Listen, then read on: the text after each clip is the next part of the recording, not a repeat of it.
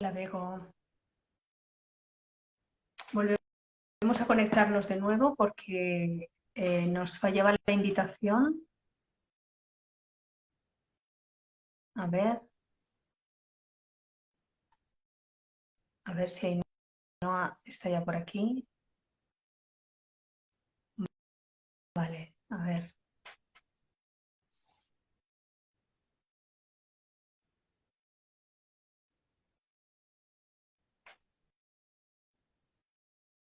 Se ha unido. Pero no ves la invitación, Ainhoa.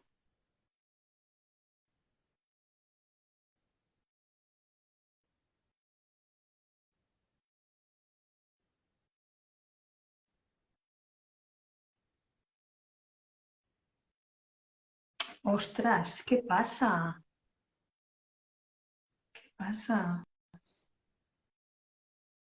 Es que no me llega como antes. A ver, me sale que te envíe yo a ti. Nos está boicoteando Instagram ahora, ¿eh? A ver, no tengo solicitudes. Te invito de nuevo, Ainhoa, ahora.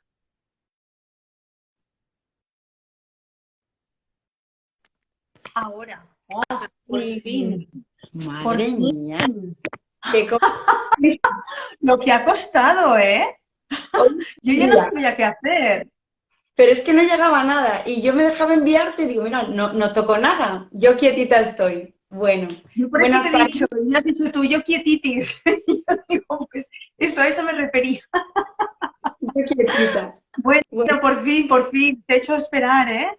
Bueno, jo, pues gracias a las personas que nos están viendo que se han salido, he salido del todo y hemos vuelto a entrar.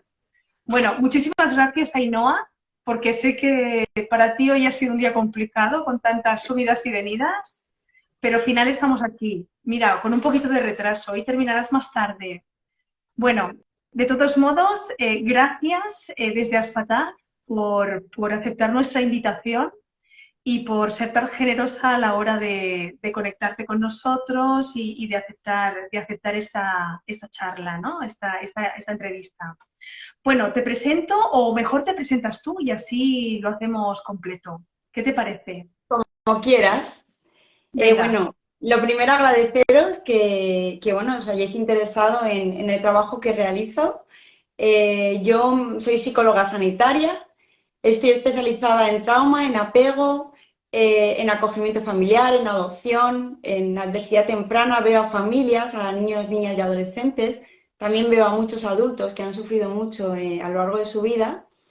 Y bueno, pues este es mi trabajo. Yo a veces pienso, si yo cuando estudié psicología lo que quería realmente era trabajar unas fobias y unas cosas sencillitas, pero bueno, la vida profesional, pero fundamentalmente personal, me ha llevado a trabajar con el daño más severo, ¿no? Con el daño a la infancia. En muchos casos daños pues que son difíciles de reparar, pero bueno, mi motivación y mi formación y mi ahínco está siempre para poder mejorar este tipo de problemáticas en todos los aspectos, ¿no? Y en todos los lugares, no solamente a nivel terapéutico, sino también a nivel social y político, si es posible, también estamos ahí trabajando en ello. Ah, pues muy interesante. Luego, si te parece, podemos hacer cuatro pinceladas, ¿no? De esto que dices ahora al final, a nivel político, no acabo de entender muy bien, pero bueno, si te parece, luego lo comentamos a última hora, ¿no? Me lo voy a apuntar, ¿vale? Venga, Vale. también soy Pues, madre, que no se me olvide, soy madre de un niño de 5 años y un adolescente de 13, lo cual me ayuda mucho también a la hora de trabajar y conectar con las familias porque entiendo desde otro lugar como madre muchas veces la demanda que me traen las familias y también la que me traen los peques, claro. Así claro, y que qué importante es esto, ¿verdad? Porque muchas veces podemos tener empatía, podemos por conocimientos entender determinadas cosas, pero fíjate tú qué importante es que seamos, o sea, que lo hayamos vivido de alguna manera, ¿no? Que de alguna forma personal o familiar o en el entorno lo hayamos podido vivir para entenderlo mejor. Y ya no te digo nada si hemos sido primeras personas, ¿no? que entonces ya es el no va más. Correcto. Yo creo que, que vivir situaciones complicadas a lo largo de tu vida, como persona, si puedes tener cerca gente que te ayude, es un crecimiento. Pero como profesional, creo que a mí personalmente me da un plus añadido que otras compañeras y compañeros no tienen, ¿no? Y entonces eso sí que me diferencia, el poder entender una pérdida de un hijo, una pérdida real, bueno, pues un sufrimiento, ¿no? El haber pasado mal durante un tiempo, pues me hace conectar. A veces mis compañeras me dicen que empatizo demasiado con los pacientes, pero esa empatía también me hace tener una visión mucho más amplia del problema, ¿no? No solamente en lo que me traen, sino en qué sistemas se estaría moviendo esta persona para tomar determinadas decisiones y hacer determinadas cosas. Ujú. Sí, sí, súper interesante esto que comentas, ¿eh? Y además muy real, ¿no? Es súper real. Bueno, yo primero me había centrado en el tema trauma, te lo comentaba, ¿no? En el tema trauma, en el tema adversidad temprana, porque son las cosas que también destacan, ¿no? En tu currículum. Pero te voy a hacer una pregunta, o sea, y la he puesto en primer lugar porque considero que es muy importante, ¿no? ¿Por qué te planteas la formación a las familias? Por un tema preventivo. O sea, a familias y últimamente también estoy como muy peleona con el profesorado, ¿eh? Con las escuelas, ¿no? Pues muy Creo que si todo, interesante. si todo el mundo hiciera un cambio de mirada, si pudiéramos mirar a nuestros hijos de otra forma, podríamos prevenir muchas dificultades, ¿no? Que luego vienen en las diferentes etapas evolutivas, porque todos pasamos por unas etapas, los niños también, y a veces es, ¡buah! Es que está adolescente. Bueno, es que la adolescencia es una etapa como la adultez, ¿no? Como el ser mamá, como cuando me voy a casar, ¿no? O me voy de casa, son etapas de la vida, pero claro, aquí hay una cosa muy importante en la adolescencia, que es toda la reorganización cerebral que hace que se comporten nuestros niños como se comporten. Entonces, para mí, desde el modelo que yo trabajo y que trabajamos en el centro, es muy importante el que los papás puedan entender cómo se configura el cerebro de sus hijos. Ayer mismamente tuve una sesión con unos papás que les cuesta entender la conducta de sus hijos, han pasado por varios profesionales y ayer yo les expliqué esto es, ¿no? Cómo funciona ahora mismo y cómo va a funcionar el cerebro de tu hijo. Y ellos hicieron clic, porque Ah, claro, cuando tú ves algo que no es del niño, o sea, que no es él, sino que es un proceso en el que tiene que pasar y que hemos pasado todos, la mirada es diferente. Ya no es algo personal. Hay una compañera educadora social que se llama Desiree Ruiz, que tiene en Instagram, bueno, y es muy grande, es la una conocemos, que también la ha dado un cambio. conocemos, la Pues ella siempre conocemos.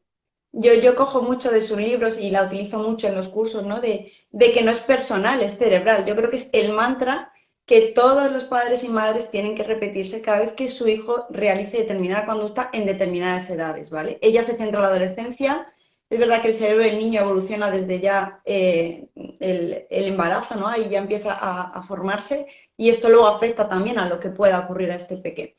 Entonces, la prevención, el que conozcan, poderles ayudar con pautas, con límites, ¿no? Cómo limitar desde el amor. Explicaba en la última formación que hice que los límites no es algo que pongamos que queramos poner desde la autoridad, desde el aquí mando yo, ¿no? Yo soy mayor, yo soy adulta y mando sobre ti. No. Esto tiene que ver con por qué te van a servir a ti los límites. Te van a servir para decir que no cuando a lo mejor estás en el cole y se están metiendo contigo. Tú habrás aprendido a que te hayan puesto límites y tú los puedas poner. En un tema de parejas, ¿no?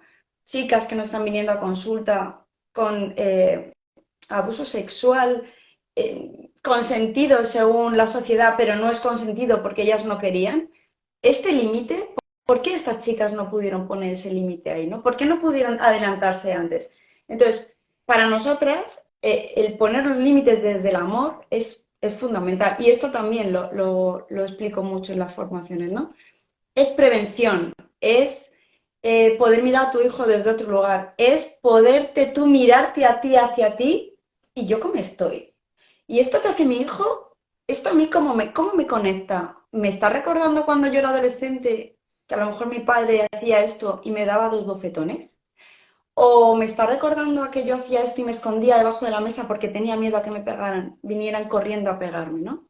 Y claro, cuando tú movilizas esto en los papás, en los cursos hago algunas dinámicas para conectar, pero cuando haces en sesión, ¿no? Cuando ellos conectan con su historia y dicen, jo, es que yo no me había dado cuenta de esto. Claro. Ese cambio de mirada es necesario a la hora de criar a tus hijos. De todos Y modos, déjame, ¿perdona? desde la escuela, el profesorado, nuestro sistema educativo necesita un cambio en cómo miramos a nuestros alumnos. O sea, no podemos etiquetar entre buenos, malos o los que están en la media, los que están por encima, los que están por debajo y atiendo a estos y a estos no. No, no, mire, señor, señora, todos los niños y niñas son diferentes. O sea, no los podemos meter a todos en el mismo plato. Entonces, esto también es algo que yo ahí voy haciendo miguita a miguita un poco de camino para, bueno, pues para ayudar. Sobre todo lo hago en tutorías con los profes y las profes de mis pacientes, ¿no? Es un trabajo un poco extra que yo me hago fuera de consulta para, mira, vamos a intentar cambiar esto para que tú puedas ayudar a este niño que yo necesito que tú le ayudes también desde esta otra forma. Pues qué buen trabajo, qué buena iniciativa, ¿no? Porque muchas veces yo, por ejemplo, como madre me he encontrado en situaciones en las que, por ejemplo, has ido a hablar con los profesores y te dicen, bueno, es que el bachillerato ya no es obligatorio, si no viene a clase, pues es que tampoco podemos hacer nada. Ostras, solamente te están pidiendo que te vincules con ese chico, que intentes motivarlo, que intentes buscar algo que lo haga sentirse bien. Claro. Y no y claro, como se escapa de lo que está formalmente programado, digamos, de alguna manera, es muy triste, ¿eh? Es muy triste, porque es que te están pidiendo eso, que te acerques, Sí. que les des algo. Los niños, ¿no? Hoy lo hablaba con mi hijo que está ahí un poco ahí con las matemáticas, ahí el mayor, y le digo, ¿qué no te ha gustado de esta profesora? ¿No? O sea, no son las matemáticas, es como ella se ha dirigido en algún momento a ti, ¿no? Como tú te has sentido un poco despreciado en algún momento. Esto es, ¿no? A lo que necesitamos profesores que conecten con sus alumnos. Pero para poder conectar, también tenemos que hacer una revisión.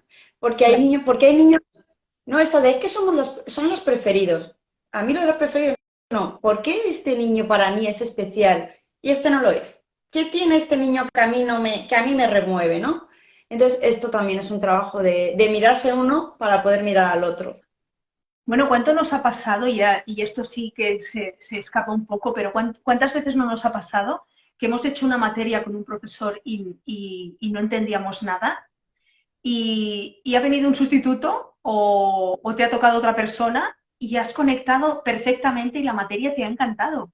Y gracias a esa persona que se ha incorporado a tu vida de alguna manera, a nivel escolar, pues te remontas y se convierte en tu asignatura preferida. Efectivamente. Esto es muy importante lo que dices, porque el niño, la niña o el adolescente si está en el instituto, lo que percibe es al profesor como una posible amenaza. Entonces, cuando viene un profe que conecta, que hace otro tipo de cosas, lo que es la emoción, el miedo, se reduce. Esto a nivel cerebral se traduce en que la amígdala está tranquila. Si la amígdala está tranquila, nos permite aprender, porque las funciones ejecutivas que están en toda esta zona, en el córtex prefrontal, que es el que organiza el cerebro, ¿no? El que hace que esté todo organizado, se pueden conectar. Pero cuando un niño está con una emoción muy desregulada, con mucha rabia, con mucho miedo, con mucha tristeza, que están como desconectados, no puede ocurrir el aprendizaje, porque se desconectan las dos partes, la parte del sistema límbico, que es la parte del sistema emocional, y toda la parte del córtex prefrontal y la corteza cortical, ¿no? Entonces, esto es muy importante porque esto tiene que ver con esto. ¿Por qué con este profe sí? Porque estoy en calma. Cuando yo estoy en calma, todo es más fácil, estoy más disponible, quiero aprender, estoy como más receptivo a todo, ¿no? Claro. Y esto por Así aquí. así nos pasa en la comunicación con nuestros adolescentes muchas veces, que a lo mejor tú le llamas la atención por algo y él está tan a la expectativa de esa llamada de atención que ya solamente le sale el juicio para defenderse, o no el juicio, sino en la defensa para que no vayas más allá, ¿no? En cambio, si lo haces de otra manera, de una forma más tranquila, de una forma más respetuosa, ya no se ponen tan a la defensiva, ¿verdad? Así es. Por eso es tan importante que los papás y las mamás estén regulados, ¿no? Que tengan, a ver, no sé, yo siempre pongo ejemplos como muy personales. Yo los lunes y los jueves llego a las 9 de trabajar y a los peques los veo por la mañana cuando los llevo y poco más, ¿no? Yo podría tener dos opciones, ¿no? La opción de los niños a las 10 tienen que estar en la cama porque las rutinas son muy buenas para los niños, pero si yo hago eso, mi marido hace eso, mis hijos no me ven. Y si ellos no me ven, luego por la noche no están bien, están intranquilos. Entonces, yo llego, cenamos, hacemos alguna cosa lúdica, jugamos un poco, hablamos del día, Mm, leemos cuentos, y cuando ya todo está como más calmado y mamá está aquí, mamá, lugar seguro, está aquí y está conmigo, todo es más fácil. Entonces, yo tengo que deciros que a mí me ha costado personalmente esta flexibilidad, ¿no? De esta exigencia de los niños de 5 años, a las 8 tienen que estar en la cama y bueno, pues el mío está a las 10, 10 y media. Pero yo ya lo he aceptado, es decir, ellos son felices así y todos estamos mejor así. claro. Porque cuando he intentado lo otro era enfado, enfado, y yo digo, es que esto no funciona. Entonces, un poco para que, ¿no? Claro, Para que vean. esas posturas rígidas son tan estrictas que no entran de ninguna de las maneras y las queremos ahí encajar y lo único que hacen es que se doblen y que funcionen mal. Claro, y que tengas al niño enfrente Claro, también, ¿no? Es decir, si claro, no claro, estás a eso me bien. refiero. A eso me refiero. Mm. Bueno, entonces, ¿cómo podemos, ahora con todo esto que estamos hablando, cómo podemos mejorar la relación con nuestros hijos? Un poco por donde he apuntado, ¿no? El entender cada etapa evolutiva. Es decir, yo siempre les digo a los papás, oye, cuando vosotros os quedasteis embarazados, ¿fuisteis a la preparación al parto? Sí, sí, claro. ¿Y qué te enseñaron? Pues me enseñaron de lactancia, cómo cambiarle los pañales, la cremita. Y yo, bueno, digo, ¿y por qué cuando luego los niños se hacen más mayores no nos seguimos formando? ¿No? Claro, Porque somos expertos en la etapa del embarazo, que en principio para tener un embarazo desde el buen trato tiene que ser cuidada, ¿no? Estar cuidada emocionalmente, físicamente, con el entorno apoyada. Y luego cuando nace el peque, pues igual. Pero ¿y después? ¿Y cuando entra al cole? Y esas escuelas infantiles donde no hay un periodo de adaptación respetuoso, ¿no? Donde sueltas a tu hijo después de un año, 2 años, y tú dices, ¿podemos hacerlo paulatinamente? No, no, es que aquí hoy le toca el lunes, el martes y el miércoles. Ya, no. Este tipo de cosas, ¿no? O la entrada al cole, ¿no? Como lo hacen. Pero ya llegados a la adolescencia, yo me encuentro con papás y mamás que me dicen, no, si ya está criado. Y yo me quedo así, digo, ¿qué significa estar criado? Pues que ya no, casi ya no nos necesita. Y le digo, no, perdona, es que ahora es el momento en el que más necesita que tu hijo esté, ¿no? Durante el crecimiento, hasta los 12 13 años, tú le puedes tener un poquito aquí, ¿no? Como debajo del brazo, como les acompaño, les llevo a las extraescolares, los cumpleaños, pero cuando esos niños empiezan a pedir, distinto. me separo, quiero estar con mis amigos, tú no me entiendes, porque a mí me gusta esto, ¿no? Qué importante el preocuparte por los intereses de tus hijos, ¿no? En mi caso, por ejemplo, el mayor, el fútbol, ¿no? Él ha sido una obsesión por el fútbol. A nosotros no nos gusta el fútbol y a mí al final me ha acabado apasionando el fútbol. De hecho, esta noche tenemos un gran partido para los madridistas. Y bueno, el interés, el skate, no sé, la música, el con qué amigos va, ¿no? Entonces, todo esto tiene que aprenderse. Y no es a veces hay papás, bueno, y a veces no, que tu historia de vida, o sea, lo que tú has vivido, es lo que tú transmites a tus hijos, porque no nos han enseñado a hacerlo de otra forma. Por eso mi cabezonería con la formación, para no llegar a terapia. O sea, a ver, que yo diría, pues para mí que vengan todos a terapia, pero, ¿y si podemos ir formando para ir haciendo una prevención y que lleguen los menos posibles, ¿no? Total, total. Entonces, creo que es muy importante la formación, creo que es muy importante papás y mamás que han sufrido acontecimientos traumáticos, acontecimientos que les han marcado en su vida, desde, y aquí me meto un poco a lo mejor en el tema del trauma, ¿no? El trauma es cualquier acontecimiento que ha generado muchísimo malestar en la persona y le ha sacado de su normalidad, de su estado de tranquilidad, de su socialización y le ha quebrado haciéndole estar con síntomas de mucho malestar emocional, ¿no?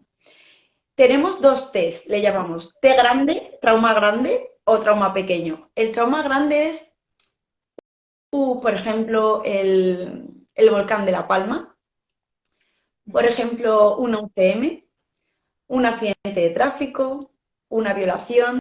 Suelen ser cosas que son inesperadas, que no ocurren, o sea, que no te esperas que vayan a ocurrir. Y que no son normales. Claro, son excepcionales, pero que las podemos, como digo yo, tocar, o sea, las puedes trabajar porque las podemos colocar encima de la mesa. Como digo yo, en cirugía las cortamos en trocitos, las vamos reparando y las integramos. Pero luego tenemos la T pequeña y la T pequeña tiene que ver con el trauma relacional. El trauma relacional es todo lo que de pequeñitos hemos vivido con nuestros papás, con nuestras mamás, con el contexto familiar, con dónde vivíamos, con el cole, con los profesores, ¿no? Y esto es un trauma que va calando, no es visible, es muy poquito a poco, ¿no? Excepto que haya, por ejemplo, un abuso sexual infantil reiterado, un maltrato infantil, una negligencia, un desamparo, que ahí, bueno, ahí yo deseo que se vea. Hay veces que, bueno, hay veces que esto lo Bueno, hay ponemos veces que en... es muy difícil que se vea porque está Sí, tan normalizado dentro del entorno familiar que a veces es muy complicado que todo eso se vea. claro, pero ya fíjate, no, ya no me refiero solamente al entorno familiar, me refiero a que un cole sea valiente y lo ponga encima de la mesa. Ya. Me refiero a un vecino que está viendo cosas y está escuchando y pueda poner una denuncia. Me refiero a servicios sociales que ha tenido una notificación de X y no dan el paso, ¿no? O minimizan, o siempre protegen a los papás porque son biológicos. Es que la parentalidad no puede ser solamente de haber puesto, Un derecho para ¿no? hacer lo que te dé la gana. No. Tiene que haber una parentalidad más social, más de poder hacerte cargo de tu hijo, de tener competencias y habilidades parentales. Entonces, engendrar no significa que pueda ser, que vaya a ser un buen padre. O sea, no es condición única, hay muchas otras cosas.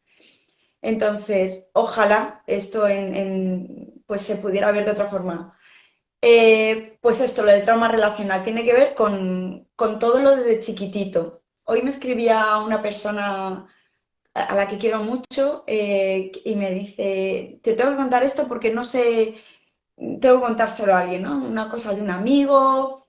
Dice, fíjate, después de tanto tiempo, hablo de adulto, dice, pues resulta que su padre le había maltratado físicamente y psicológicamente de pequeño.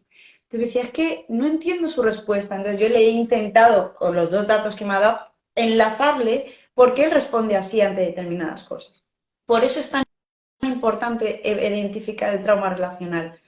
Ojalá lo pudiéramos identificar súper temprano en niños, porque esto haría mucha prevención. Pero lo que no, además esto es de Sandra Baita, de una compañera experta en disociación infantil, lo que no se ve aquí, en los primeros años, lo vas a ver en adultos. Ansiedad, depresión, trastorno límite de personalidad, trastorno de conducta alimentaria, o sea, ya cosas más importantes, no más de, aquí hay mucho trabajo por hacer. Todo Entonces, sale. sí, sí sale con mucho dolor, ¿eh? Sale con mucho dolor.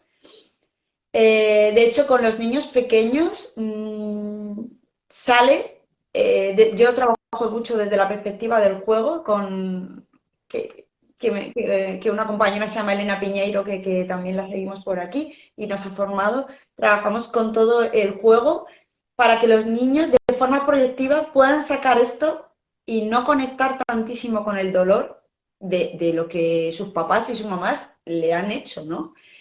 Y sin embargo, con los adultos, hace poco di el alta a una chica de 43 o como yo, más o menos de mi edad.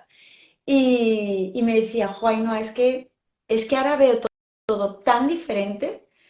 Dice, es que yo estaba atascada, digo, estabas atascada porque todo eso se atasca. Y se atasca aquí, se atasca en el cerebro, se atasca en el alma, se atasca en lo laboral, en lo social. O sea, empieza a En tu complicarte día a día. todo, todo. Como, como si fueran muchos ríos que se van confluyendo y al final la persona no puede más, ¿no? Entonces, bueno, pues esto es un poco respecto al trauma, ¿no? Lo que es importante también para tener en cuenta. Sí, sí. Bueno, yo te hacía una pregunta, pero ya le he respondido cómo se relaciona con la adversidad temprana, ¿no?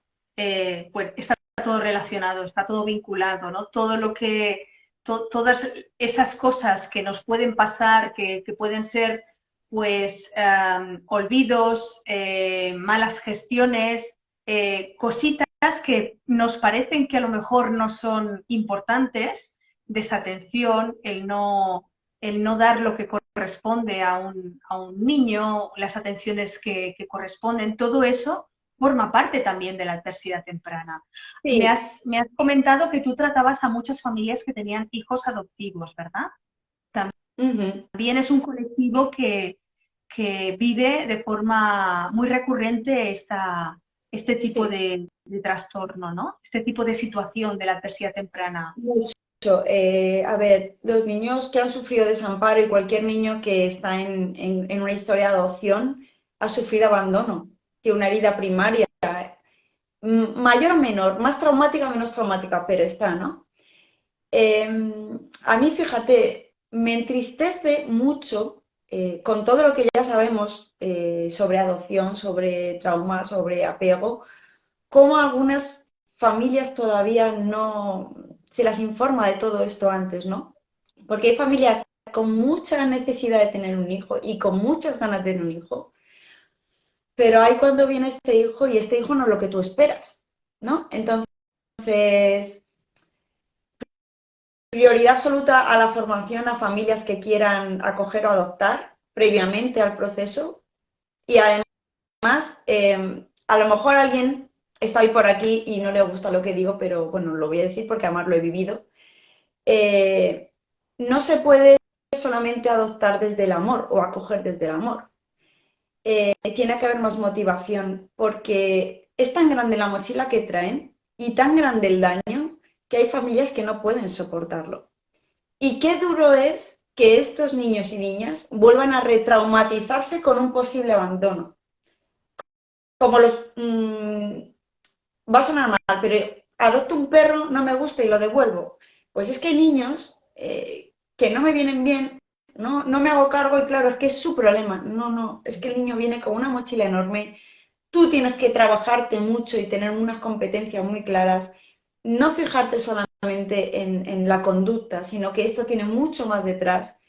Y este es un trabajo de pico y pala con los papás adoptivos. O sea, porque estos papás también tienen su historia de vida.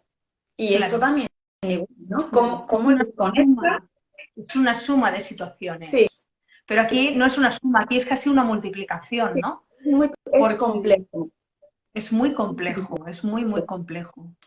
Y luego Pero situaciones, lo que yo, a ver, a mí me ha costado entender, yo no sé si se sigue dando, pero hace unos años quizá no se sabía, no se conocía el tema de la adversidad temprana, no se había estudiado tanto, pero ahora ya se sabe. Este tipo de situaciones se siguen dando. No, sí, falta la información. también tenemos un problema en nuestro país y es que eh, están, ay, ¿cómo se dice?, por comunidades. Esto no es un modelo del Estado, de todo el Estado, sino es un modelo por comunidades. Y cada comunidad hace una cosa. Por Mm. ejemplo, lo que se hace en Castilla-La Mancha no es lo mismo que se hace en Castilla-León. Lo que se hace en Madrid no tiene nada que ver con lo que se hace en el País Vasco. Entonces, hay familias que se meten sabiendo lo que hay y otras familias que, ay, es que pobrecito, Ya, pero no solamente pobrecito. Esto tiene muchas más cosas y tienes que trabajar. Entonces, Claro. a mí no me gustan muchos perfiles o no estoy de acuerdo con muchos perfiles que, bueno, pues que hay últimamente a favor, ¿no? De acoger o de adoptar, basándonos en la caridad. No, no podemos adoptar ni acoger en la caridad. Tenemos que hacerlo porque queremos tener un hijo, pero tenemos que saber desde este presente y desde mis capacidades qué es lo que va, o sea, qué es lo que trae, y además ojalá pudieran venir con un expediente completo, pero eso no tampoco vienen los niños con un expediente. No sabemos si tiene un SAD, un síndrome alcohólico fetal, no sabemos si tiene algún problema ya neurológico, dificultades del parto, embarazos con alcohol, con tabaco, con drogas, todo eso marca el cerebro del niño. Y esto, aquí ya empieza la adversidad temprana, ya Pero desde antes fíjate, de concebir. claro, desde la concepción, o sea, ya viene desde la concepción. Y luego imagínate si han estado en asilos o en hospicios o en orfanatos o en donde hayan estado o hayan recibido maltrato en el momento de nacer, yo qué sé, es que es todo un Sí, mundo. y luego, por ejemplo, nos encontramos con niños que están como desconectados, niños en adopción, y dices esto, y ya empiezas a decir, no, este niño ha venido de China o venía de Ucrania, y ahí había una política de que no se tocaran a los niños. Los seres humanos solo podemos vivir bajo el vínculo social y el contacto. Un bebé solo puede sobrevivir si tú le coges, si tú le tocas, si le tienes. Este Si niño lo tratan. entran en catarsis y en bloqueo y en una disociación que le va a durar eternamente, Claro, porque quitar eso del cuerpo es muy complicado. claro. Total, Y total. luego pasan, Súper no sé, interesante lo que explicas claro, y ojalá esta información llegara a todo el mundo y se conociera y se hicieran las cosas sobre todo de otra manera, ¿no? Sobre todo porque, a ver, me parece muy respetable que una persona no quiera tener a su hijo o no lo pueda o lo entregue porque no puede cuidarlo. Y me parece muy lícito, pero lo que no me parece normal es que la administración o quien sea se encargue o trate así de esta manera a los niños sin ningún cariño, sin ningún cuidado, sin ningún protocolo para que estén en buenas condiciones. Pero bueno, bueno, tengo es un que tema. decir que en estos centros, por lo menos los que yo he conocido en la Comunidad de Madrid, eh, el trato es exquisito. Siempre Ajá. hay excepciones, pero el trato es exquisito. Y también, ¿no? Por apuntar un poco más, qué pena que las comunidades autónomas no apuesten por una formación en trauma para sus técnicos, ¿no? Para que entiendan esto, para poder enseñarles a evaluar las competencias parentales de un futuro papá o mamá adoptivo. Ojalá pudiéramos hacer todo, igual que a los que quieren tener un perro de estos potencialmente peligrosos, hay que hacerles un montón de test. Ojalá pudiéramos hacer esto a los papás y a las mamás, incluso a nosotros mismos, para ver si podíamos tener y si lo queremos tener y tenemos carencia en alguna habilidad, alguna competencia, vamos a trabajarla para Una que ayuda. Claro. tú puedas hacerlo lo mejor posible, ¿no? Entonces, es Estoy totalmente de acuerdo contigo, de verdad. Es que no puedo estarlo más. Además, pienso que es tan importante la formación de las familias. O sea, por eso me ha gustado tanto, ¿no? Cuando hablabas tú de la formación a las familias. Yo siempre lo he dicho, sería casi necesario. O sea, así como, y no sé si esto en todas las comunidades es así, yo durante una etapa lo he visto, sí que es verdad que, a ver, yo hablo, por ejemplo, de las vacunas, ¿no? Hay una recomendación de que todo el mundo se vacune, ¿no? Y en muchas ocasiones, oye, Miki, que viene el pequeño, que estoy hablando aquí tranquila, en Instagram. Vale, ahora voy, corre. Cierra qué la puerta. bonito, Cierra, cierra. Chiquitín, cierra la puerta. ¡Ay! Cierra la puerta, pero no son para ti. Es que, que bueno, aquí pues con mi así es normal, estás en tu casa, sobrino, están tus niños y es lo el, normal. el pequeño estaba con mi hermana y con mi sobrino, pero bueno, que tenía que, sabía yo que en algún momento tenía que venir, así que no os preocupéis, que Pero aparecerá. escucha, Ainhoa, es normalísimo. Yo los míos porque son ya muy mayores y están por ahí Sí. en la habitación. Entonces ellos lo que no quieren es verme. Bueno, yo te estaba diciendo que, por ejemplo, el tema de las vacunas es una recomendación, ¿no? pero si no hay determinadas vacunas que no están puestas, pues un niño no puede ir a la escuela, o así lo tengo entendido, o durante un periodo ha sido así de esa manera, ¿no?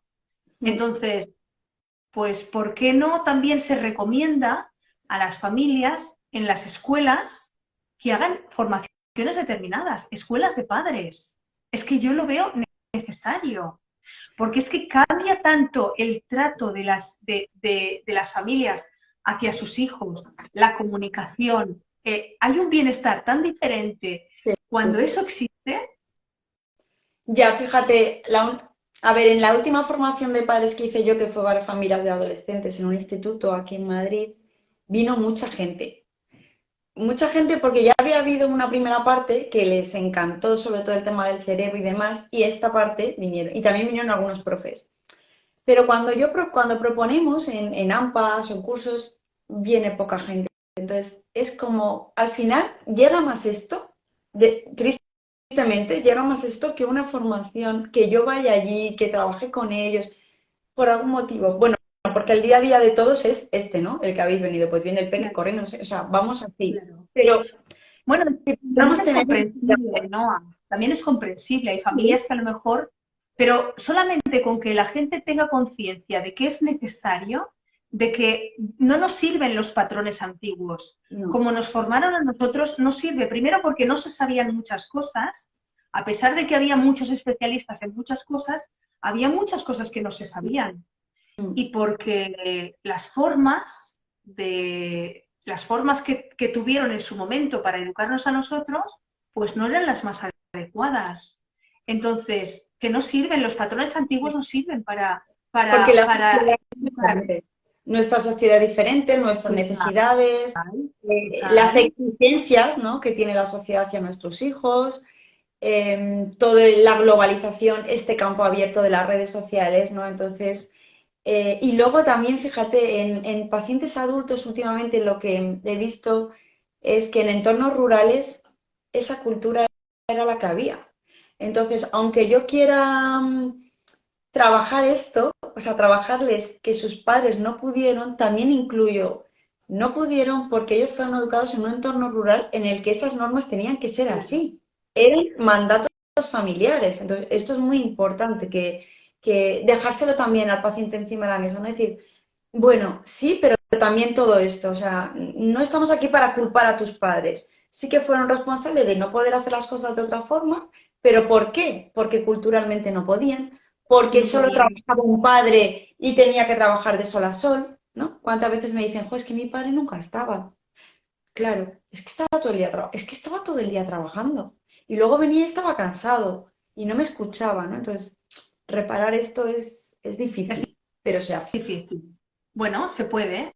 Y gracias que hoy día, pues, le damos importancia a otras cosas, porque van saliendo, porque nos damos cuenta, porque estamos más pendientes. Y yo siempre digo que esta pandemia que ha sido tan horrorosa, de alguna manera nos ha hecho visibles algunas problemáticas en algunas personas y Ujú. parece como que se descubriera en ese momento. Y no, lo que ha hecho ha sido aumentar ese mapa Lo ha de amplificado. dificultades que había. Yo creo que la pandemia ha amplificado, por un lado, los problemas de salud mental, pero no porque haya más, sino porque esto tiene que ver pues con lo que hemos... Espera. Chema, Chema, ¿le escucháis? Esto es el padre que le está regañando porque ha dejado las zapatillas tiradas por medio y no se acuerda. Es así. Tranquila, Esto que le nada. no pasa Esta nada. tarde tiene que ver una mamá de un paciente que veo aquí en casa. Y estaba con MDR, que ahora os contaré un poco, ¿no? Y para Sí. MDR hay que estar un poco concentrada. Y yo estaba explicándole las matemáticas con las ecuaciones y yo me moría de la risa. Digo, ¿se estará acordando de que estoy aquí haciendo el reprocesamiento? No es mal que... No, No te esto preocupes, es de familia. verdad, no te preocupes. Bueno, pues después de hablar todo lo que hemos comentado, bueno, hay muchas cosas que hemos ido hablando. Eh, ¿Se pueden curar los traumas? Qué buena pregunta. Pues mira, yo creo que resignificar la historia de vida es importante. Creo que trabajar con niños muy dañados de forma sistémica, trabajar con las familias, con la escuela, con el psiquiatra, o sea, hablo ya a un ámbito logopeda, eh, todos los De una recursos, forma servicios sociales. transversal, ¿no? Total, sí. Tocando todos los palos. Sí, nosotros desde la traumaterapia le llamamos una intervención ecosistémica, que bueno, no todo el mundo lo hace porque requiere mucho trabajo, pero tener una mirada tan completa te ayuda mucho y sabes desde dónde van a poder ayudar al niño. Creo que es importante que los padres sepan hasta dónde van a poder, ¿no? O sea, su hijo va a poder hasta aquí. No vamos a poder convertirle en otro niño, porque cuando vienen muy dañados, su cerebro está muy dañado y hay veces que ese daño puede ir reparándose, pero no se repara completamente. Entonces, el trauma en ocasiones, cuando son muy incapacitantes en adultos, sí que trabajando cositas puede mejorar, pero eso no quita que te pase algo en la vida y tú también vuelvas a conectarte. Entonces, el trabajo Claro. consiste en la integración, pero a todos nos pasan cosas, ¿no? Bueno, pues a mí me pasan cosas, vienen días significativos, que eso no quita que yo un día concreto me ponga triste y me permita estar triste y pues hoy me apetece llorar o me apetece estar escuchando música, no me apetece estarme escuchando a mucha gente. Entonces, qué importante conocerse y también para empezar a sentir tu cuerpo, ¿no? ¿Cómo siento mi cuerpo de, no estoy bien? Hay algo en mi cuerpo que me está diciendo que estoy enfadada, triste, asustada, no estoy bien. Y entonces detectarlo en el cuerpo, porque siempre entra por ahí primero, las sensaciones siempre son primero, antes que la emoción, es importante para decir, me estoy enfadando, ¿qué puedo hacer para enfadarme? Porque la emoción va a estar ahí y me voy a tener que enfadar, pero enfadarme un poquito menos a lo que estaba acostumbrado a hacer. Entonces, este es mucho el trabajo que hacemos también con niños, ¿no? El identificar el cuerpo, las sensaciones, para que no vayan directamente al pico de su vida, sino que puedan regular. ¿Cómo me resuena eso, no? A veces te levantas por la mañana y tienes una sensación como de vacío, ¿no? Como de decir, oh, como que hay algo que no acabas de identificar qué es, ¿no? Y que si te centras mucho en eso, probablemente te vas a ir a meter ahí en un agujero que no te va a gustar demasiado, ¿no? Me resuena mucho eso que estás comentando. A mí Qué interesante. me ha venido, con esto del vacío que me has dicho, me ha venido un cuento de Anna Llenas que se llama Vacío y es, a veces tenemos la tripa, es que no lo tengo aquí, lo tengo nada, esta es la tripa con un vacío enorme y es que ahí puede haber un montón de cosas por las que tú te sientas vacío, ¿no? ¿Y Claro, cómo rellenamos este vacío? Comiendo, no comiendo, claro. haciendo deporte, bebiendo, saltándome las normas por completo, no queriendo estudiar, entre comillas el no queriendo, porque lo del no querer, bueno. Bueno, porque en Eh, ese eh, momento no puedes claro, centrarte, claramente. ¿qué conductas compensatorias buscamos para llenar ese vacío? Y ese Claro, vacío, claro, ¿con qué emoción tiene que ver? Porque hay gente que está vacía porque está enfadada, pero hay mucha gente que está vacía porque está triste o claro. porque no es capaz de conectar con nada. Personas que están disociadas muchas veces están vacías, ¿no? De Claro. todo. Qué importante que empecemos a identificar esas cosas y que veamos la necesidad que existe cuando nos encontramos con esos momentos de que alguien nos eche una mano, ¿no? De buscar un terapeuta, buscar a alguien que nos ayude, porque de otra manera es muy difícil. De otra manera nos vamos con esas conductas más compensatorias que en el fondo lo que nos hacen es daño, ¿no? Te tajaras una tableta de chocolate o te pones a mirar series y en realidad no te está haciendo bien eso, ¿no? Porque no estás encontrando lo que hay en ese vacío.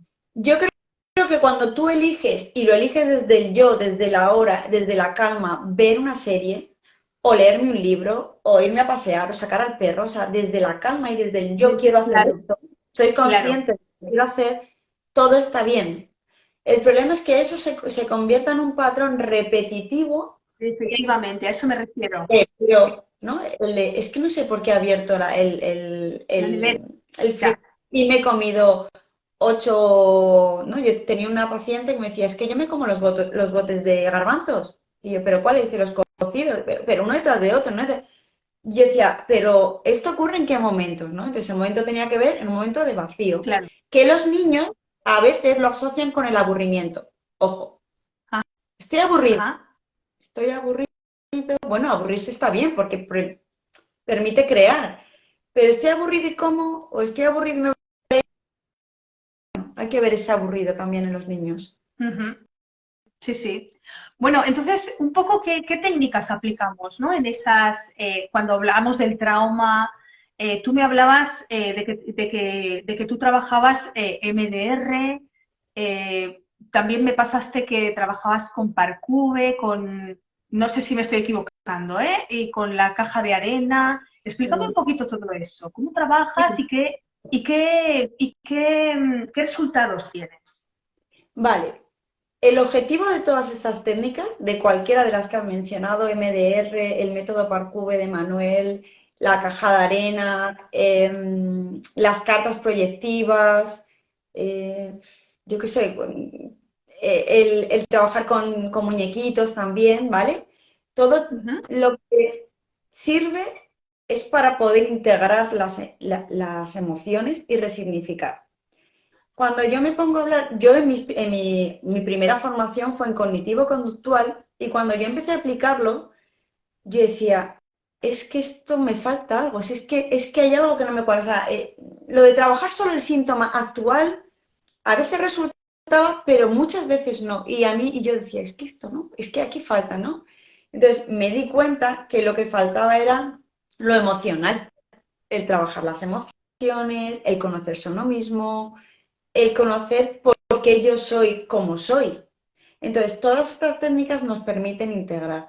La técnica de MDR, el modelo, lo que hace es reprocesar acontecimientos traumáticos.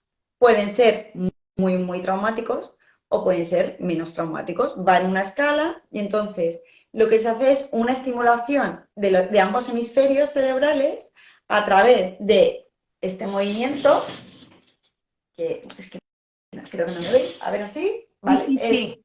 seguir el movimiento de la mano con los ojos sin mover la cabeza, o con el abrazo de la mariposa, que ha habido últimamente algún vídeo que han puesto que no me ha parecido bien, porque esto es importante hacerlo después de que a ti lo hayan hecho contigo y hayan trabajado cosas, que es un movimiento alternativo así, con tapping Ajá. también. Bueno, pues todo esto lo que hace es activar o estimular ambos hemisferios, más rápido para reprocesar más rápido o más lento cuando queremos instalar cosas positivas, buenas, cosas adaptativas que a ese paciente le puede servir para ese acontecimiento que no pudo hacer algo, ¿vale? Ujú. Entonces, lo que hace es que todo el circuito neuronal que es desadaptativo, que está muy marcado desde que es muy pequeño o desde que pasó el acontecimiento T grande, de lo que hablábamos antes, Ujú. pues eh, se cambia por otro, se va adaptando por otro mucho más adaptativo y bueno para la persona. Esto desde MDR. Con los niños también lo hacemos, con otras cosas. A ver, la caja de arena. La caja de arena es una caja mágica, a mi parecer.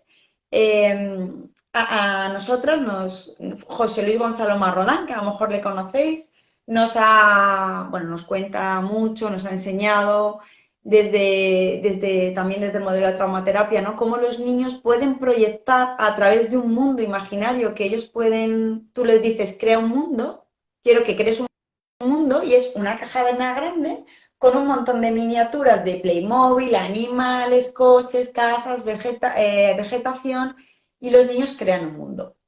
Hay pautas, ¿no? Para interpretar un poco la caja. Pero qué bonito es cuando luego los niños te empiezan a contar historias. Tengo una niña en acogimiento familiar que cuando está que ha pasado algo que la tiene atascada, que suele tener que ver con la familia biológica, te lo planta en la caja de arena y te cuenta un cuento en el que hay que salvar, un cuento en el que hay que rescatar, ¿no? La necesidad de que esta niña se le apoye desde ahí, ¿no? Y como colocando a cada uno de la familia, que son animales o son personajes, a través de ahí. Entonces es muy reparadora, porque además no es nada invasiva. Tú no le estás diciendo al niño, a ver, tu padre no sé qué, y ahora tu madre. No, es todo va ahí, a través de la caja de arena proyectiva, y es muy bonita, le gusta mucho a los niños. También lo trabajo con adultos, ¿eh? De Ajá. hecho, los adultos, digo, bueno, vamos a hacer, dice, hoy vamos a hacer, hoy vamos a hacer caja de arena. Saben que si hay caja de arena, lloran siempre. Siempre dicen que siempre lloramos. Digo, bueno, es que la caja de arena va a la emoción, ¿no? Va al hemisferio derecho, al que hay que reprocesar, a todo lo traumático, ¿no? El hemisferio izquierdo es el que da la narrativa, el que da la explicación, ¿no? Lo que yo estoy haciendo con vosotros, aunque también siempre traslado con, como soy yo, desde más del, también desde la emoción, es contar, contar. Pero el hemisferio derecho es sentir.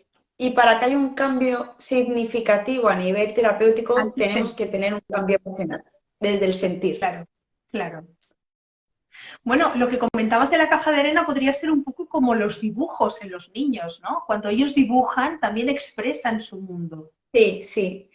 Pero fíjate, hay muchos niños que no entran al dibujo porque creen que les estás evaluando, porque no saben dibujar. A mí se me da fatal Claro, dibujar. Es que a mí me decían, dibuja a un niño y yo me ponía a llorar, madre mía, yo es que no sé claro, dibujar. como si los estuvieras juzgando. Claro, Claro, y en la caja de arena, de alguna forma, lo que están haciendo es jugando, representando la realidad, pero jugando. sí, sí, Claro, así es.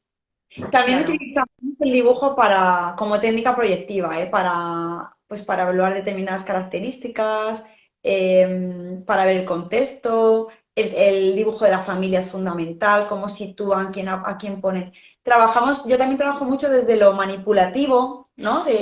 Por ejemplo, pues de poner caritas, de quiénes son personas importantes en el cole, de la vida, del equipo de fútbol, ¿no? Que a veces nos olvidamos de los extraescolares, pero hay algunas que hacen daño.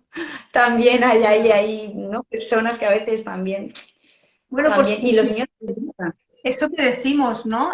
Los educadores y los formadores también también es importante que se formen, ¿no? Entonces ellos tienen su formación tan técnica en cosas muy puntuales, en matemáticas, en fútbol, en gimnasia, en lo que sea, pero hace falta la parte pedagógica, ¿no? Y la parte de comprender a la persona que tienen al lado, ¿no? Y de saber comunicarse con ella. yo creo que lo que les falta es la emoción, porque fíjate, si tú conectas, bueno, lo que hablamos antes, si tú conectas, es que va a ir mucho mejor todo. Claro. Nosotros, por ejemplo, el entrenador del mayor bueno, que no creo que me escuches, José, pero si me escuchas, esto va por ti. Es un hombre que nunca se enfada. Es un hombre que les entiende. El mío mayor cuando se enfada y llora y sale llorando, y enfadado llorando, ¿no? Y cómo le maneja, cómo le entiende. Bueno, Ethan, entiendo que estás enfadado, ¿no? ¿Cómo valida la emoción? Qué importante el validar las Qué emociones en importante. cualquier lugar del mundo, ¿no? Una madre, un padre, un profesor, un entrenador, validar las emociones de los niños y de los adultos. ¿Cuántas parejas me dicen, es que mi marido no me entiende? Y yo le digo, ¿no te entiende o no te valida lo que tú sientes? Que es muy diferente. Entonces, qué importante el conectar desde la emoción pues para que todo fuera mejor. Sí. De hecho, si nuestros políticos conectaran más desde la emoción, pues seguramente todo iría mucho mejor.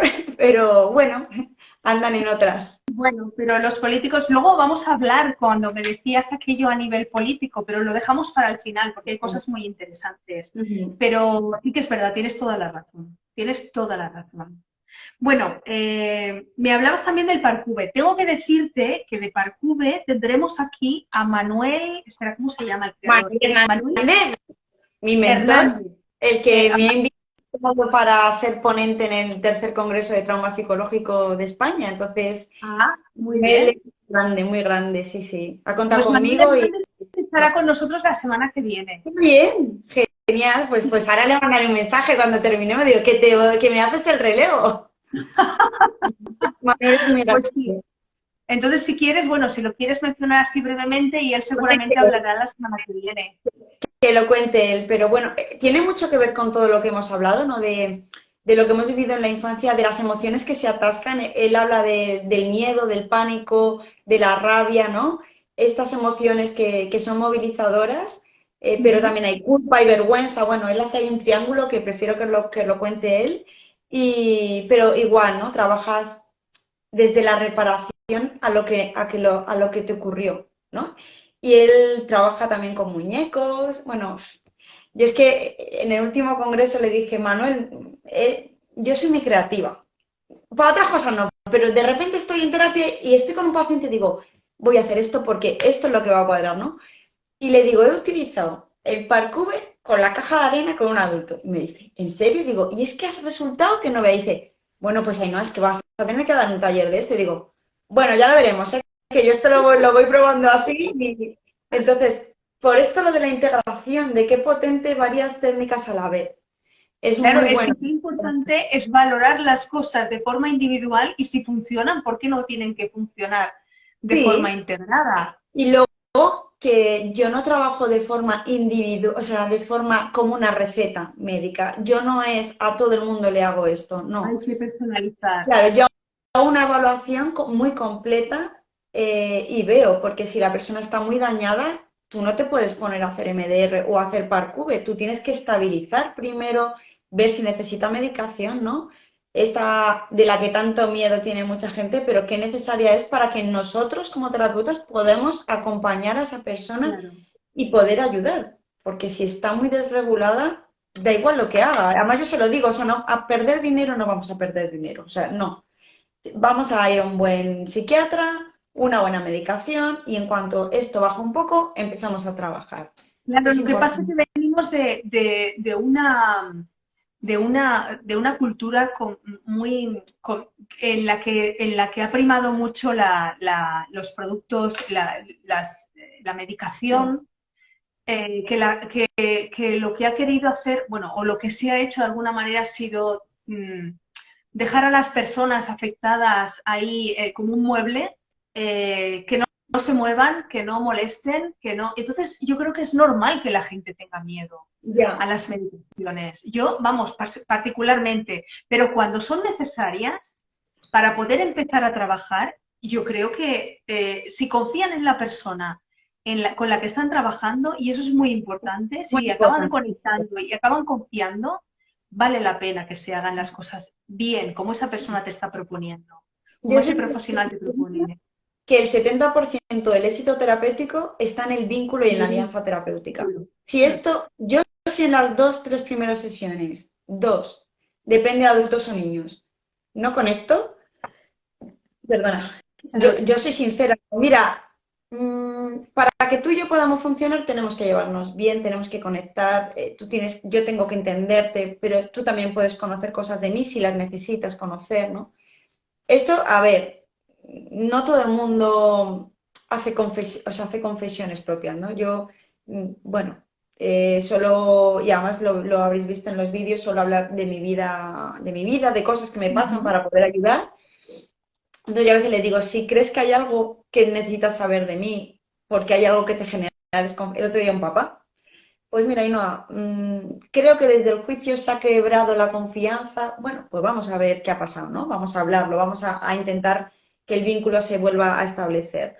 Es muy importante. Y con los psiquiatras nos pasa igual, pero claro, los psiquiatras vale, ves una vez, bueno, no sé qué, el vínculo es difícil de establecer. Pero es que También os recomiendo, es diferente. Con un psiquiatra la conexión es diferente, no, no hay ese trasvase de información emocional, de información personal. Es como más cómo te encuentras, cómo te sientes, pero no hay bueno, es lo que yo creo, ¿eh? bueno, se están cambiando las cosas, ¿eh? Yo tengo aquí en Valdemoro un gran psiquiatra en un hospital público de Valdemoro que nos hemos conocido de casualidad por una paciente que a mí me ha conocido de casualidad por una página web que no sé ni cuál, que trabaja en MDR y ha sido una conexión brutal, porque he dicho, madre mía, no me puedo creer que en la Psiquiatra, pública yo me un haya psiquiatra. encontrado un psiquiatra. Sí, sí. Entonces, claro, estamos tan coordinados y tan conectados en lo que hablamos que funciona todo muy bien. Bueno, pues Entonces, eso es una gran sí, suerte. luego me encuentro con psiquiatras de tú no tienes que opinar si el niño necesita medicación o no, ¿no? Entonces es complicado. ¿Hola? ¿Te lo pongo esto? A ver, un momentito. Trae, por aquí. Ven, a ver, venga, cierra la puerta. Ya está, arreglado. Vale.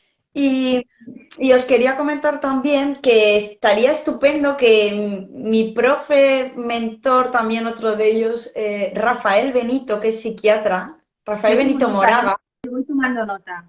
podríais también hacer un directo con él porque os va a hablar del cerebro de una forma espectacular y de la medicación desde una mirada muy respetuosa y para que entendáis todo esto. Encantadísima. Creo que Encantadísima. Si tú tienes la posibilidad de ponerlo en contacto con nosotros, sí. ningún problema. Tú le pasas mi contacto y ningún problema.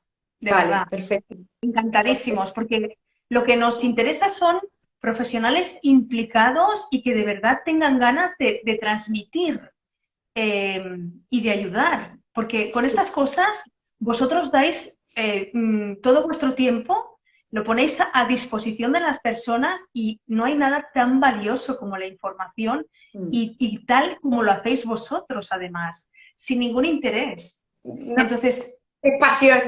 Yo siempre digo, pero yo creo que lo hago por vocación, porque mi marido dice, ¿y no, 24/7? O sea, de verdad, no hay momento de desconexión. Digo, sí, pero es como que cuando desconecto, pero aún así, porque yo voy al parque con mi hijo y digo, soy madre, soy madre, soy madre, porque claro, yo veo mis cosas y yo, no puedo claro, ver claro. todo. Tranquilidad, ¿no? Entonces es como, es difícil desconectar de este Porque tipo de cosas.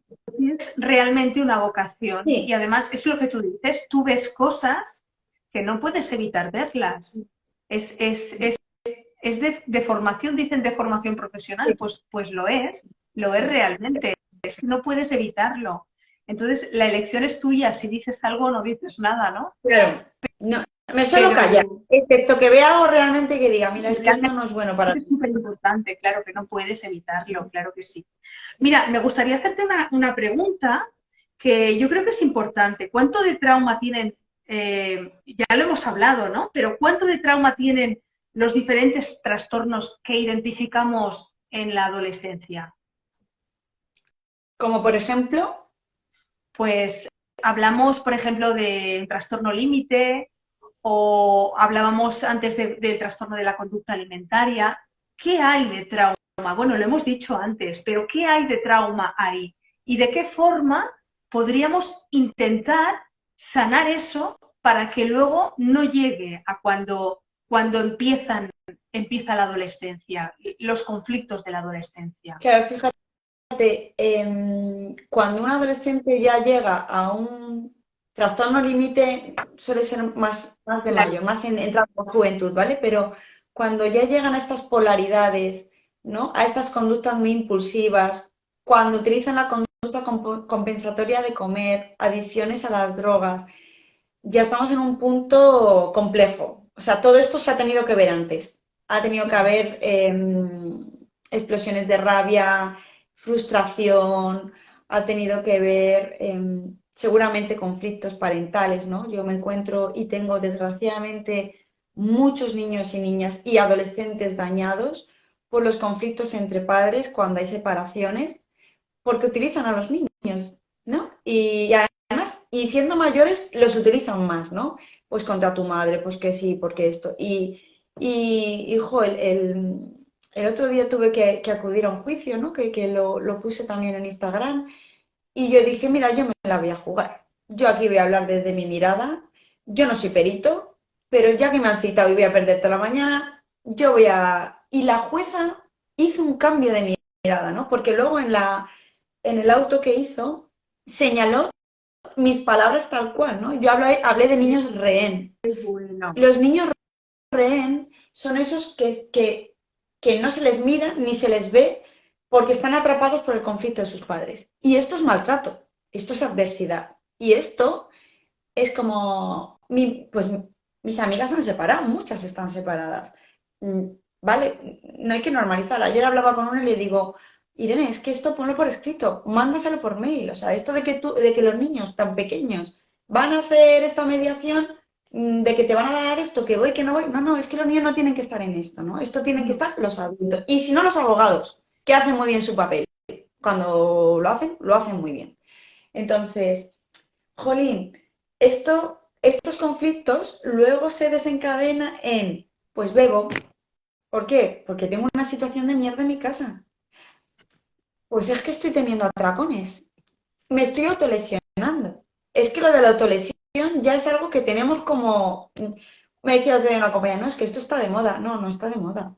Es que las autolesiones es la forma de darse cuenta de que están vivos y que esto les duele y que pueden sufrir y doler y por eso lo hacen, ¿no? Cortarse o lo que sea. Pegarse golpes, atarse con gomas, bueno, millones de cosas que hay. Entonces, esto es importante. Estos niños ya llevan sufriendo mucho tiempo. Entonces, si hemos llegado ya a la adolescencia y llegamos a este punto, hay que pedir ayuda terapéutica. Sí o sí. Con una mirada familiar, es decir, que todo el mundo esté disponible para trabajar. Y si los padres están separados, y esto es muy importante porque además la ley así nos lo obliga a los psicólogos y a los psiquiatras, pero sobre todo los psiquiatras hay una parte que no y otra que sí, necesitamos un consentimiento informado de los dos padres. Porque hemos tenido casos en el despacho, no es que tengo la custodia, no, ya, pero aunque tengan la custodia, la patria potestad es de los dos, con lo cual los dos tenéis que firmar, aunque tengan la custodia. Y hay padres que boicotean, hay padres que su hijo esté mal y madres que tienen una ganancia secundaria para ellos. Y esto es muy patológico porque tiene que ver con cómo estás mirando a tu hijo. No, si y luego tiene a sus amigos, ya, ya, pero es que tú se Pero supone mira, que eres yo creo que diferente. si los padres hiciéramos una mirada real del dolo, del daño que les hacemos a nuestros hijos, porque un padre puede estar muy mal con su exmujer y una madre puede estar muy mal con su exmarido y puede haber mucha rabia y mucho malestar. Pero yo pienso que si un padre, al margen de la situación tan complicada que está viviendo, alguien le hiciera un repasito, o una madre, le hiciera un repasito y le explicara, mira, de esta manera no le estás haciendo daño a este señor. No, por mucha rabia que llevas dentro, no le estás haciendo daño a este señor. Estás haciendo daño a tu hijo Esto, y le estás haciendo un gran esto dolor. Le estás... es lo que hizo esta jueza. Esta jueza lo puso de manifiesto en el ¿no? Cómo esto estaba afectando a estos niños, ¿no? Pero qué interesante sería que existiera un protocolo donde fuera Mm. necesario que estos padres, es que yo lo veo tan claro, Sí. que estos padres tuvieran la obligación de hacer una formación. ¿Verdad que si tú te quitan los puntos del carnet de conducir, tienes que hacer una formación? Claro, esto Además tiene que ver obligada. con lo que te he dicho, que para ser padre no necesitamos carnet. Pues es lo mismo. Llegados a este punto, yo, desde una mediación familiar o desde el ámbito judicial, obligaría a, igual que hay que hacer reinserción, hay que hacer, vale, pues ustedes tienen que ir. Y en varios casos que tengo les han obligado a dar una intervención, ¿eh? Esto también es verdad. Pero claro, luego cada intervención no es diferente. O sea, Bueno, pero yo hoy sí por esos jueces y esas juezas que se implican y que toman conciencia de eso, de verdad. O sea, yo pienso que de forma transversal tienen que ir cambiando los actores de la sociedad para que esta sociedad cambie de verdad. Porque es que es necesario, es muy necesario. Porque esta jueza es era que, una jueza joven, ¿eh? Y perdón, digo, mira, era una perdona. jueza joven y ella se quedó impresionada con lo del cerebro. Ahí fue como, uff, ¿no? Como esto que esta chica está diciendo. Y claro, ella cuando puso tanto entrecomillado, yo dije, bueno, la sentencia no ha ido tan mal ni tan bien, porque, bueno, íbamos por una historia, pero qué bien recogido aquí y esto también condiciona a lo que pueda pasar después, ¿no? Claro, Entonces, porque eso sienta jurisprudencia sí. muchas veces. Mm. Claro, claro. Bueno, no sé cómo vas de tiempo porque nos estamos pasando un poquito. Yo ya no, yo creo que hemos hablado tanto ya de tantas cosas que creo que más o menos ha quedado un poco ya palpable. ¿Cuál es tu opinión? ¿Cómo trabajas? Nos has aclarado muchas dudas. Yo te agradezco muchísimo esta conversación que me ha parecido muy rica y muy, bueno, pues que nos ha aportado muchas cosas. He tomado muchas notas. Me queda pendiente el contactar con este psiquiatra que es amigo tuyo Con o Rafa. colega tuyo. Sí. Y nada más, bueno, explicar a las personas que tú eres de Madrid, que pasas consulta, bueno, que tienes un perfil que se llama Acogiéndote, ¿verdad? Cogiste, correcto. Paso consulta en Y Alcalá de Henares, alguna sesión online en función de los huecos con la lista de espera también veo, pero solo veo adultos, a los niños y adolescentes no los veo online, esto es tiene muy que ser importante. presencial. Sí, hago un poco lo que me piden, si me piden formación hago formación, si me piden, pues esto. Y lo que sí que a lo mejor quería comentar, ¿no? Esta parte mía más reivindicativa tiene que ver con cómo veo yo a la infancia, ¿no? Y a esa protección. Y esto también tiene mucho que ver con otro mentor y mentora que es Jorge Barudi y Marjorie D'Antañán, pero sobre todo Jorge, que lucha muchísimo por el derecho de los niños y las niñas invisibles, ¿no? Por este daño. ¿Me has, Y me has dicho que se llama Jorge? sí, Jorge Barudi, ellos están allí, están en Barcelona con el IFID, que son los Jorge Barudi y Marjorie D'Antañán. Son, bueno, pues ha sido la última formación que voy a terminar en breve de traumaterapia con una visión o sea, con todo muy basado en el daño, con todo esto que os he explicado ha sido un poco, ¿no? El contexto de cómo yo trabajo, cómo esto me ha ayudado a incorporar muchas cosas, pero él sí que está ahí a nivel, ¿no? Intentando a nivel de hablar con los políticos para intentar cambiar miradas, ¿no? Ah, es Y esta verdad, que nos hemos quedado a medias con eso de a nivel político. Es y es verdad. mi parte como más reivindicativa, ¿no? Yo como persona sí que me mojo, ¿no? Y por eso me mojé el día del juicio, ¿no? Por eso me mojo en el digo, mira, es que vamos a intentarlo, ¿no? Porque, y todos aquellos sitios donde, bueno, pues donde me llaman o si hay algún partido político, me da un poco igual el color, pero que está interesado en la infancia, pues plantar la semilla para decirle todo esto, ¿no? Esto es así, estas necesidades, y que tienen que mirar a los niños con sus derechos y deberes, pero con sus derechos. Y que no voten no significa que no les tengan que proteger. Y que muchas veces que la administración pública no protege. Y esto pues daña. Muchísimas veces la administración pública no protege. ¿Cuántas veces, y te lo podemos decir desde la asociación, nosotros y tantas otras personas afectadas, que por no disponer de un respaldo económico, no hemos podido ingresar o sea, que reciban atención nuestros hijos? El que ha podido se ha hipotecado. Además, hay centros que, bueno, pues viven de esto, ¿no? Viven de esto. Y ya no sin No, comentarios, no, no hace falta comentar más. lo quiere. Vamos. Y hay La centros de administración, la que administración pública te pide, para poder hacerse cargo de ese menor, te pide que renuncies a la potestad. Y sí. a mí eso me parece, o sea, me parece un poco, me gustaría entenderlo. Y creo que lo voy a entender porque precisamente hoy lo he tenido que consultar a un técnico, en este caso nosotros que somos de Barcelona, de la Generalitat, de la Dgaia, eh, De la... porque yo no entiendo por qué para tener atención un menor tienes que dejar de tener, o sea, de ser responsable como padre de él. En principio, si se produce un desamparo o una cesión de tutela, es la tutela, pero no la patria potestad. Bueno, para que quiten una patria potestad, tiene que haber matado a sus hijos. O sea, Bueno, así. yo quizá me estoy equivocando y te estoy diciendo la patria potestad o la potestad, pero es la tutela. Pero es que Tutela. si tú pierdes la tutela, ¿qué estás perdiendo? No puedes decidir nada sobre tu hijo. No. Pero ¿por qué tienes que perder la tutela para que a tu hijo lo traten? Porque si tu hijo tiene un cáncer, por ejemplo, que es una enfermedad muy grave, Uh-huh. para que te traten a tu hijo no tienes que perder la tutela. Correcto. Tú lo ingresas en el hospital A tu hijo lo tratan y cuando se cura se va a su casa.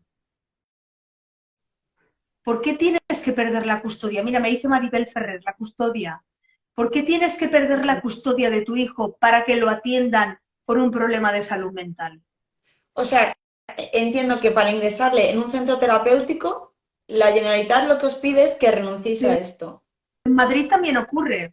Es que no me cuadra esto, fíjate. Es que en Madrid también ocurre. Lo digo porque hoy he estado hablando con una persona y me decía, ¿es verdad que en la Generalitat, me preguntaba, porque seguramente ella se ha encontrado en esta situación, y me decía, ¿es cierto que en Barcelona tienes que ceder la custodia a la Generalitat para que a tu hijo lo atiendan en un servicio público?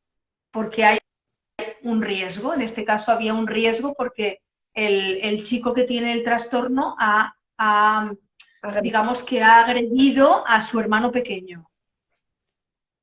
Vale. Mira, me estás diciendo, más bien en un centro de menores. Vale, un centro de menores, pero a ver, un centro de menores o sea, si tú no tienes un respaldo económico, no puedes llevar a tu hijo a un centro terapéutico para que traten cualquier tipo de trastorno mental, de problema mental, ya sea adicciones, ya sea lo que sea.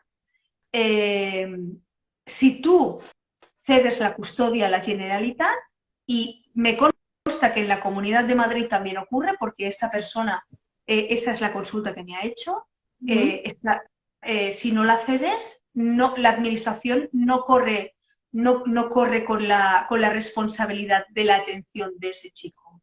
¿Me explico? Mira, me está viniendo que mi prima trabaja allí, es educadora social y creo que está además en un programa de los chungos, como digo yo, ¿no? Y viene este fin de semana porque tenemos un acto familiar, entonces voy a hablar con ella de esto y con lo que ella me diga os lo voy a trasladar, porque a lo mejor ella sí que nos puede dar alguna explicación más técnica o legal, pero vamos, fijo que es algo legal, o sea, en lo que se agarran y es protocolo, pero efectivamente no es lo mismo un desamparo por un maltrato a un niño, un abuso sexual, por negligencia, porque no le dan atienden, no es lo mismo a que unos padres necesiten que este niño tenga una atención terapéutica queriendo los padres y teniendo competencias. Entonces, por eso no me cuadraba. Entonces, lo voy a hablar con ella y te lo digo. Vale. Pues muchísimas gracias. De todos modos, yo creo que por ahí van las cosas, ¿eh? O sea, es ceder la custodia para que estos chicos, estos niños estén atendidos, estos menores, porque se trata de personas menores, para que estén atendidos. Sí. Vale. Bueno, muchísimas gracias, lo dicho.